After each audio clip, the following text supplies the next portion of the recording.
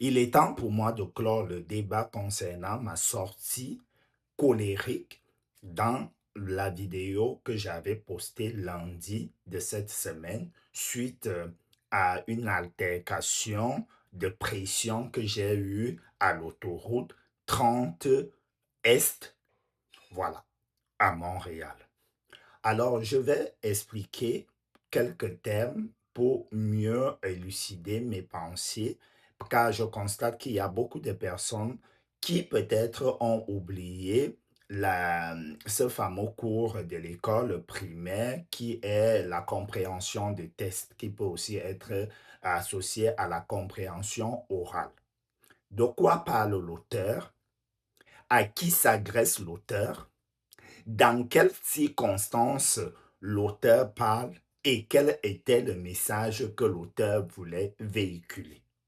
À qui s'adresse l'auteur de cette vidéo? L'auteur de cette vidéo s'adresse aux mauvais automobilistes du Québec, appelés les Québécois, les chauffeurs québécois.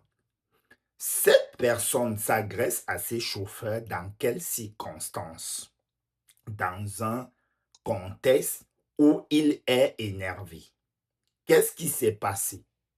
Cette personne était en route sur une autoroute canadienne nommée autoroute Grand Est en allant au travail le matin.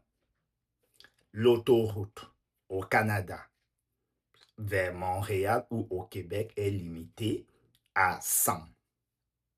À la sortie de l'autoroute, vous pouvez garder la même vitesse si la route, elle, vous le permet. Du coup, à cette sortie, la sortie 13 de cette autoroute a une route sinueuse. Ça veut dire une route avec beaucoup de tournants. Du coup, la plaque ou le panneau de signalisation donne une recommandation qui n'est pas une obligation, mais une recommandation pour la sécurité des conducteurs, que vous pouvez rouler à 75. Nous sommes un jour post-neige.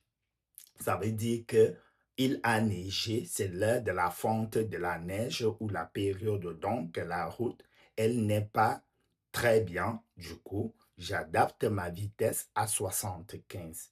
Derrière moi, il y a une autre personne qui ne garde pas les distances de sécurité, me colle comme ceci. Et lorsque j'essaie de regarder à travers le rétroviseur central, le rétroviseur gauche, je ne vois pas ses phares. Et quand je regarde vers le rétroviseur droit, je vois qu'elle me fait des jeux de phares. Et qu'est-ce que cela veut dire? Ça veut dire que je dois accélérer. Je suis devant. La route, elle est presque glissante. La route, elle est sinueuse. Je ne peux pas aller rapidement parce que j'ai une petite voiture, je n'ai pas une 4x4.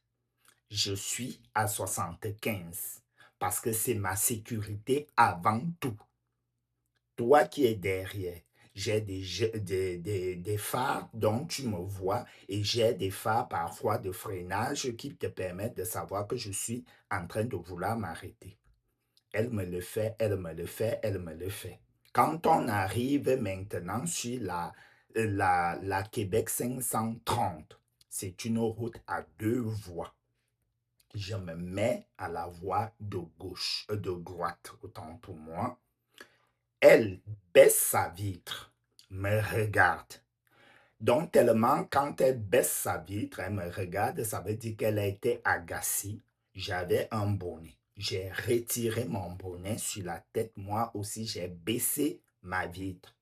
Question de l'affronter pour lui dire pourquoi vous me mettez la pression alors qu'il y avait un panneau et vous voyez l'état de la route. Elle a accéléré et s'est en allée.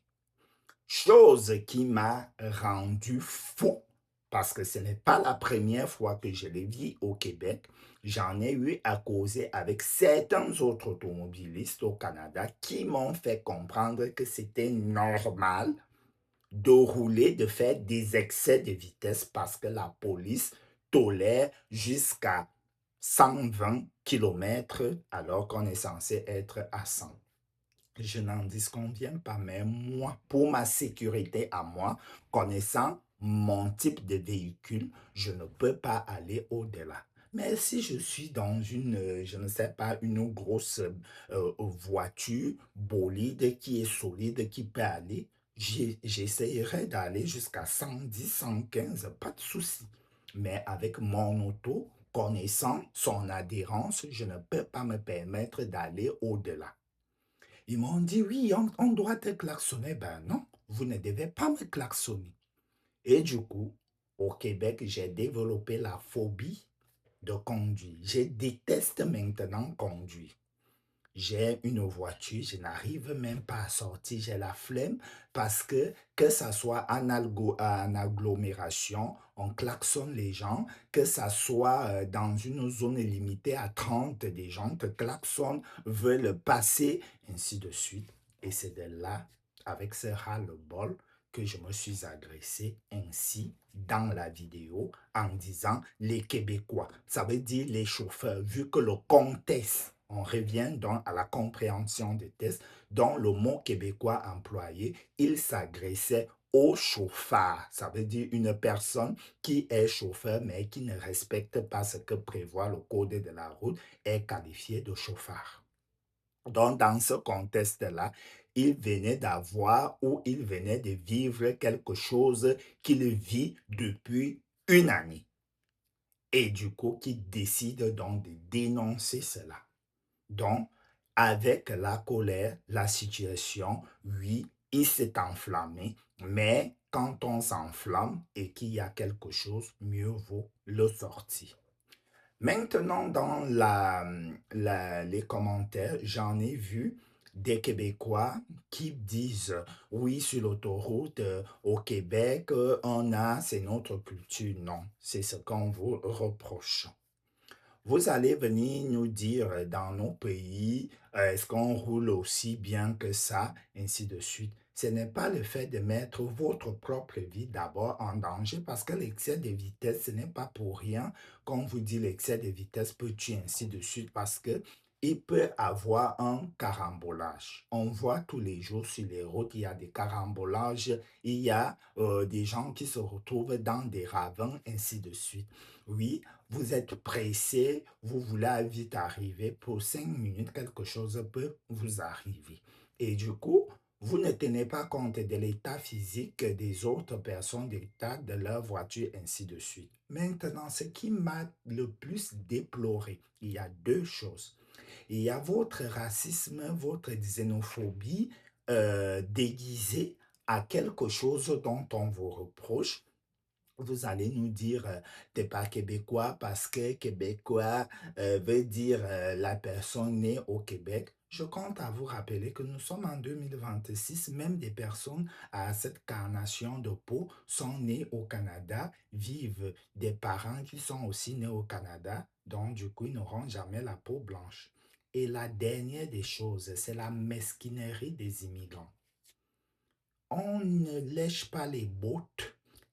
L'intégration dans un pays veut dire respecter les lois de ce pays, les normes et les valeurs de ce pays et faire contribuer au rayonnement de ce pays et non de vouloir faire quand on dénonce quelque chose qui est mauvais, qui gangrène la société, vous venez dire à la personne, tu n'es pas éligible ou